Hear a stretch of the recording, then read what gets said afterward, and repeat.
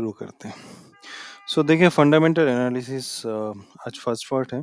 देखिए काफ़ी बार क्वेश्चन ऐसा आता है कि स्विंग ट्रेडिंग के लिए हमें फंडामेंटल एनालिसिस ज़रूरी है क्या नहीं? या फिर शॉर्ट टर्म के लिए सिर्फ फंडामेंटल एनालिसिस से हम लोग कर सकते हैं या फिर सिर्फ टेक्निकल के बेसिस पे कर सकते हैं। कुछ लोगों को तो मार्केट कैपिटलाइजेशन भी समझ में नहीं आता है। काफ़ी बार क्वेश्चन ऐसा भी आता है कि मैंने हाई पी जो स्टॉक्स है उनको मैं चूज़ करता नहीं हूँ बट फिर भी वो ऊपर चला जाता है, क्यों जाता है? ये सारे देखने का जो तरीका है गलत है आप लोगों का इसी वजह से। काफ़ी बार क्वेश्चन ऐसा भी आ जाता है कि सर मैं तो प्रमोटर होल्डिंग देखता हूँ बट मुझे कुछ समझ में नहीं आता है। मार्केट फिर भी इधर-उधर हो जाता है। काफ़ी सारे एग्ज़ाम्पल देते हैं ये सब प्रमोटर होल्डिंग होने के बाद भी ये सारे स्टॉक्स नीचे कैसे गिर गए। तो काफ़ी सारे चीज़ों को गैदर करके मैं फंडामेंटल एनालिसिस का एक सीरीज़ स्टार्ट किया। हालाँकि मैंने टेक्निकल एनालिसिस के ऊपर मैंने काफ़ी सारे वीडियो डाल के रखा। उनमें से कोई भी 1 या 2 या 3 स्ट्रैटेजी उठा के काम करो। फंडामेंटल एनालिसिस हमें ए टू ज़ेड समझने की कोई ज़रूरत नहीं है। कुछ बेसिक सा चीज़ हमें समझना है, हज़ारों चीज़ समझ के कोई फ़ायदा नहीं। कुछ फंडामेंटल एंड कुछ टेक्निकल दोनों को मिक्स्ड करके जब हम लोग टेक्नो फंडा एक कांसेप्ट खुद का सेटअप बना लेंगे, तो हम लोग ईज़िली पैसा कमा सकते हैं। ओके। इनफैक्ट जो लोग सेफ ट्रेडर है जिनको कोई रिस्क लेना नहीं है, तो उनके लिए भी कुछ पर्टिकुलर स्टॉक्स का मैं एक लिस्ट दे दूंगा या फिर प्रोसेस बता दूंगा कि हार्डली वो लोग कुछ 50 टू 100 स्टॉक्स वो लोग हमेशा अपने ट्रैकर में रखें एंड उनमें जब सेटअप बने वो इजीली राइड कर सकते हैं। कुछ पार्ट में ऐसा भी बताने वाला हूँ कि बिना स्टॉप लॉस के भी आप काम कर सकते हैं अगर आपके अंदर पेशेंस है, बट उसके लिए उस टाइप का स्टॉक्स भी होना ज़रूरी है कि वो ऊपर आए।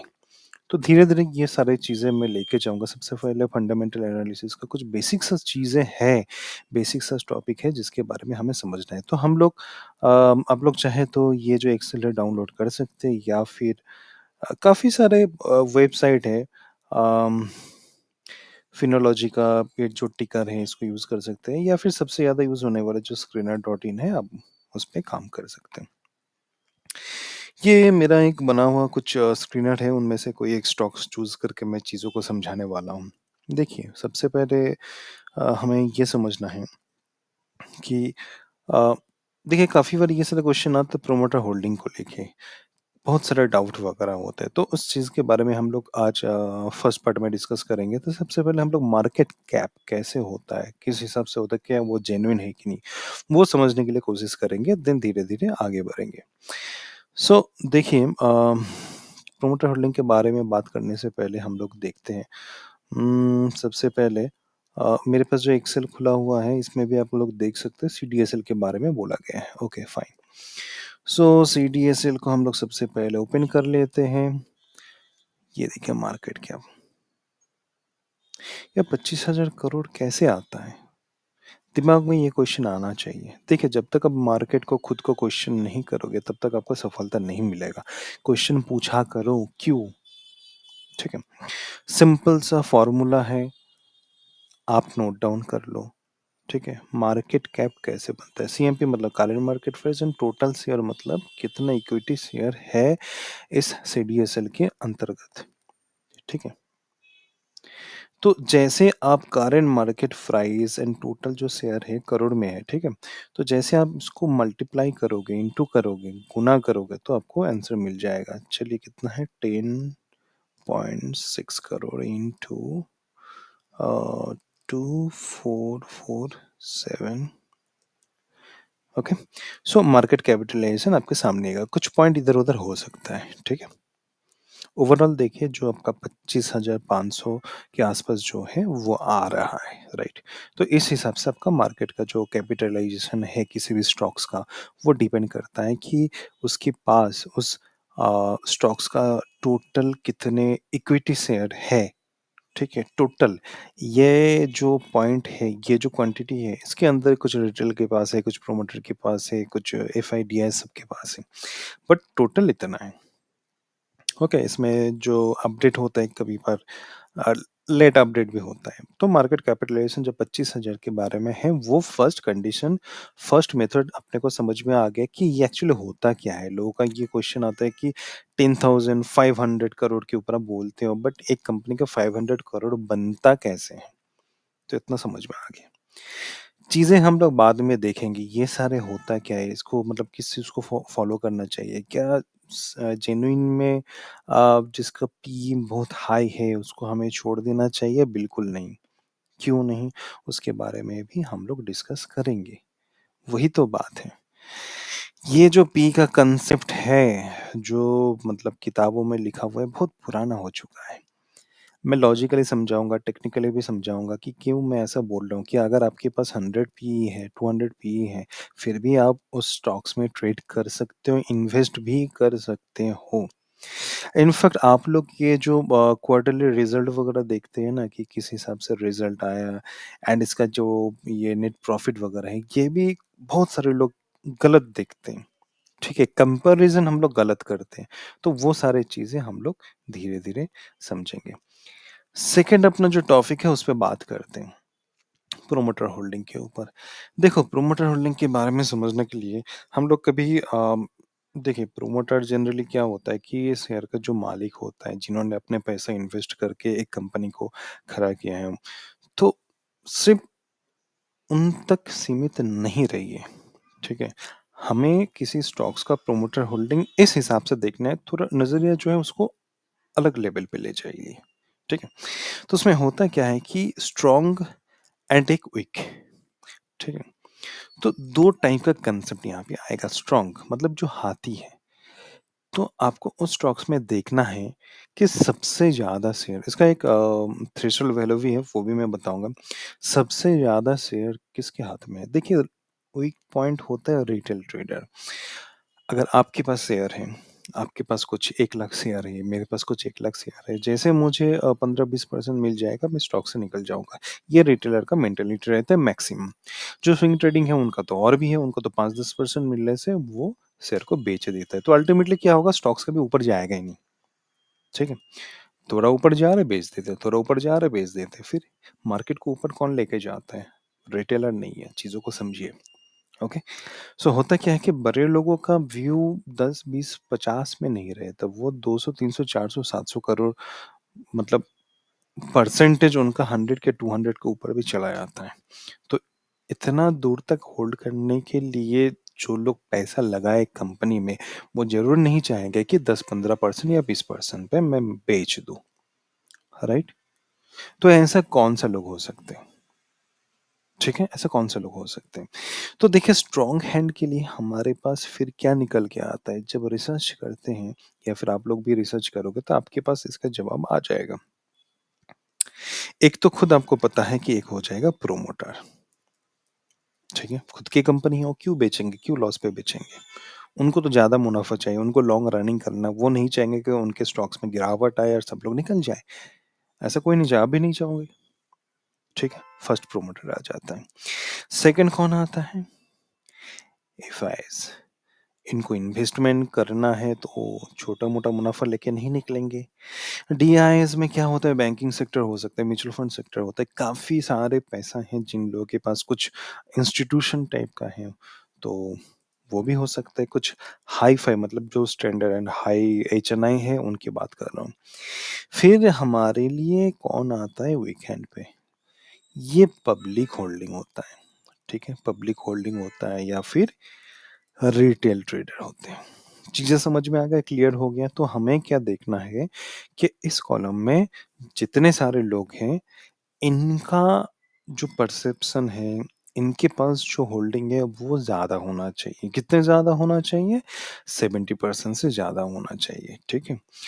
एंड 75, 80%, 90% बहुत अच्छा है, ओके?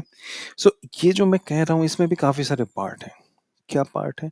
इसमें भी काफ़ी सारे पार्ट ऐसा है कि गवर्नमेंट के लिए अलग होता है जो कंपनी है, बैंकिंग के लिए अलग होता है एंड इन दोनों को छोड़ के जितने सारे कंपनी है उनके लिए मैं पहले बता रहा हूँ, बैंकिंग गवर्नमेंट के लिए मैं बाद में बताऊँगा। ठीक है? हर एक सेक्टर में ट्रेड करने का अलग-अलग तरीका होता है। चीज़ें अगर आप नोट डाउन नहीं करोगे तो आपके लिए प्रॉब्लमेटिक हो सकता है। चलो ये जो चार्ट देख रहे हैं टीसीएस, चलो इसको देखते मुझे याद आ रहा है। एक चीज़ याद रखना, अगर आप किसी भी ब्रेकआउट को कर रहे हो या फिर 52 हाई, मैंने काफ़ी सारे कॉन्सेप्ट बता के रखा। ये मैं एडिशनल एक टेक्निकल एनालिसिस बता रहा हूँ। 52 high all time high stocks पे जब भी ट्रेड करोगे कोशिश करो उसमें कप एंड हैंडल पैटर्न ढूँढने के लिए। ठीक है? या फिर long range breakout, long range try करो कप एंड हैंडल देखने के लिए। ओके, चलो बोनस पॉइंट मैंने दे दिया। अभी ये प्रोमोटर होल्डिंग के बारे में लिटिल बिट हम लोग रिसर्च कर लेते हैं। कुछ चलो इसमें क्या है, इनमें से रैंडमली देख रहे हैं, ठीक है? स्ट्रेटजी के बारे में आगे देखेंगे। सो सबसे नीचे आ जाएंगे शेयर होल्डिंग पैटर्न, चीज़ों को देखिए, ठीक है? एकदम नीचे के साइड में आपको आ जाएगा। प्रोमोटर के पास कितना है? 61.75%। प्रोमोटर अगर 60% लेके बैठे हैं, इनफैक्ट इनका देखिए, इनका जो है 2021 से है, ये आपका इतना अच्छा स्टॉक्स क्यों है, ऊपर क्यों जा रहा है, इसका रीज़न देखिए। प्रोमोटर के पास इतने जब शेयर होल्डिंग है ऑलरेडी, तो ये कभी नीचे जाने नहीं देंगे। ओके, एफआईएस के पास कुछ है, एनडीआईएस के पास कुछ कुछ है, तो ये तीनों अगर हम लोग मिलाएंगे तो स्ट्रॉन्ग हैंड आएंगे। तो कितना हो जाएगा? 13, 74, 5 के आसपास आ जाएगा, 75 के आसपास आ चुका है। पब्लिक के पास कितना है? 24% के आसपास। ठीक है, तो हम लोग इसमें इंटरेस्ट दिखा सकते हैं, बिल्कुल दिखा सकते हैं। कुछ और देख लेते हैं। अभी हम लोग पी रेशियो आरओसी के बारे में बात नहीं करेंगे, उसके बारे में हम लोग जब आएंगे तब देखेंगे। चीज़ों को कंबाइन करके भी एक आपका मतलब जो स्ट्रेटजी होते हैं वो भी बिल्ड करेंगे। पहले वन बाय वन समझ लेते हैं। ठीक है, होल्डिंग देखिए, कंटिन्यू इनके पास सबसे ज़्यादा होल्डिंग है, 51% होल्डिंग है। ओके, एंड यहाँ पे हम लोग देख रहे हैं कि कुछ एफआईएस कम हुआ है, इस चीज़ों पे भी हम लोग नोटिस करेंगे। ठीक है, प्रोमोटर के पास है, फाइन, बट इंटरेस्ट बाकी एफआईएस डीआईएस का कम हो रहा है कि नहीं हो रहा है? डोमेस्टिक इन्वेस्टर के पास देखिए अभी भी इंटरेस्ट कम नहीं हुआ, ये लोग अभी भी डटे हैं। ठीक है, एफआईएस का, फॉरेन इन्वेस्टर का हो सकता है कभी कम ज़्यादा हो सकता है। ओवरऑल देखिए, एंड अपना जो रिटेलर का जो पार्ट है वो भी देखिए कि अच्छा कंपनी है। हालाँकि मुझे इसमें हर एक कंपनी अच्छा ही मिलेगा, क्योंकि मैंने इस हिसाब से स्क्रीनर बना के रखा। तो कुछ देख लेते हैं। ऐसे रैंडम देखते हैं। ओके, प्रोमोटर होल्डिंग 2021 से अगर हम लोग देखें, चीज़ों को नोटिस कीजिए, कम होते गए हैं। ओके, एफआईआईज़ कुछ खास इम्प्रूवमेंट हुआ नहीं। डीआई के पास, सॉरी गवर्नमेंट के पास, सॉरी ये डीआई है, डीआई के पास कुछ है, गवर्नमेंट के पास कुछ खास है नहीं, एंड ये पब्लिक के पास है, एंड ये अदर जो शेयर होल्डर या स्टेक होल्डर है उनके पास है। तो ये भी अभी ठीक ठाक है, बट इनके बारे में जो न्यूज़ था, मतलब काफ़ी साल पहले जब मैं इस पे स्टडी कर रहा था, तो मैं देख रहा था कि इसमें काफ़ी सारे चेंजेस हैं। एंड यहाँ पे अगर कुछ नोटिस करेंगे, अभी तो 2021 से पुराना डेटा फिलहाल मैं नहीं दिखा पा रहा हूँ, तो इसमें काफ़ी सारे आपको, वो आप लोग देख लीजिए, मैं चीज़ों को ऑनलाइन क्लियरली नहीं बताऊंगा, आप चीज़ों को देख लीजिए तो आपको समझ में आ जाएगा कि क्या गेम चल रहा था। ओके, और कुछ देख सकते हैं क्या? चलिए ये देख लेता हूँ यहाँ पे। ये सारे तो अच्छे कंपनी हैं। एक्चुअली मेरा स्क्रीनर है तो वो अच्छी कंपनी होंगे ही। कुछ और देखने की कोशिश कर रहे हैं, ये क्या देखें यहाँ पे? कुछ यहाँ पे देखते हैं, इनका प्रोमोटर होल्डिंग सारे अच्छे हैं, जितने सारे स्क्रीनर बना के रखें। चीज़ों को नोटिस कीजिए। ओके, यहाँ पे पब्लिक होल्डिंग ज़्यादा है, F I I D I S का कुछ है ही नहीं। हमें क्या चाहिए? हमें प्रोमोटर भी चाहिए, F I S D I S भी चाहिए। सिर्फ प्रोमोटर के हाथ में हो ऐसा नहीं चाहिए, हमें तीनों का कॉम्बिनेशन चाहिए। चलिए स्टॉक्स को एक बार हम लोग देखते हैं, इसका कहानी क्या है। स्ट्रॉन्ग हैंड में कौन कौन है देख लिए, एंड उनका पार्टिसिपेशन होना बहुत ज़रूरी है। यहाँ पे कोई भी एक कम ज़्यादा हो तो हम लोग उस स्टॉक्स को इग्नोर करेंगे। इनका कंसोलिडेशन देखो, इनका एक्युमुलेशन जोन जो है बहुत लंबा है। ठीक है, कुछ है ही नहीं इनके पास। ये अभी इस टाइम पे ऊपर आए हैं। इनके पास अगर हम लोग देखेंगे तो ये नीचे है। तो वही बात है। अब प्रैक्टिकल इसको समझने के लिए अब देखिए, रिटेल के पास कोई भी स्टॉक्स होने का प्रॉब्लम क्या होता है वो देखिए। लिटिल बिट ऊपर गया, बेच दिया। जो लोग यहाँ पे बाय किया था उनको लगा कि भाई बहुत ऊपर आ गया, हालांकि बहुत ऊपर आ चुका है एक रिटेल इन्वेस्टर के लिए। ठीक है, 53% वो बेचेगा ही। और बेचने के बाद यहाँ पे खरीदने के लिए कोई नहीं है, तो ऊपर कैसे जाएगा? ठीक है, ऊपर कैसे जाएगा? अरे इनका फॉल देखो, नॉर्मल मार्केट में भी 31%। ओके, इनफैक्ट इसने जो लास्ट हाई मारा था उसके बाद अगर आप फॉल देखोगे 60%, नॉट जस्टिफाइड। ओके, तो ऐसे स्टॉक्स को अवॉइड करो। ठीक है, ये देखो लार्ज कैप है, ये आपको पैसा देते जाएगा। लार्ज कैप में भी काफ़ी सारी दिक्कत है, स्पेशली एफएनओ स्टॉक्स में। एफएनओ स्टॉक्स में बाय सेल इसमें है, मतलब लॉन्ग टाइम के लिए अगर आप खेलोगे तो पैसा मिलेगा। बट जो mid cap and small cap में जो होता है रिस्की तो है, बट फटाफट जो प्राइस एक्शन फंडामेंटल जो एक्चुअल काम होता है वो मिड कैप में बहुत अच्छा से काम करता है, स्मॉल कैप में बहुत अच्छा से काम करता है। लार्ज कैप के लिए आप बस कुछ ही चीज़ें देख लो जिनका प्रॉफिट 4000 के ऊपर है, 4000 करोड़ के ऊपर, उसके बाद उसका आप कुछ भी मत देखो तो भी आपका काम चल जाएगा। But genuinely technical analysis and fundamental analysis के बेस पर ट्रेड लेना है तो mid cap and small cap is the best, and वो सही से काम भी करता है। ठीक है, तो वही चीज़ें हैं। तो आई थिंक आपको ये सारी चीज़ें समझ में आ गया होगा। तो ठीक है, आज के लिए इतना ही।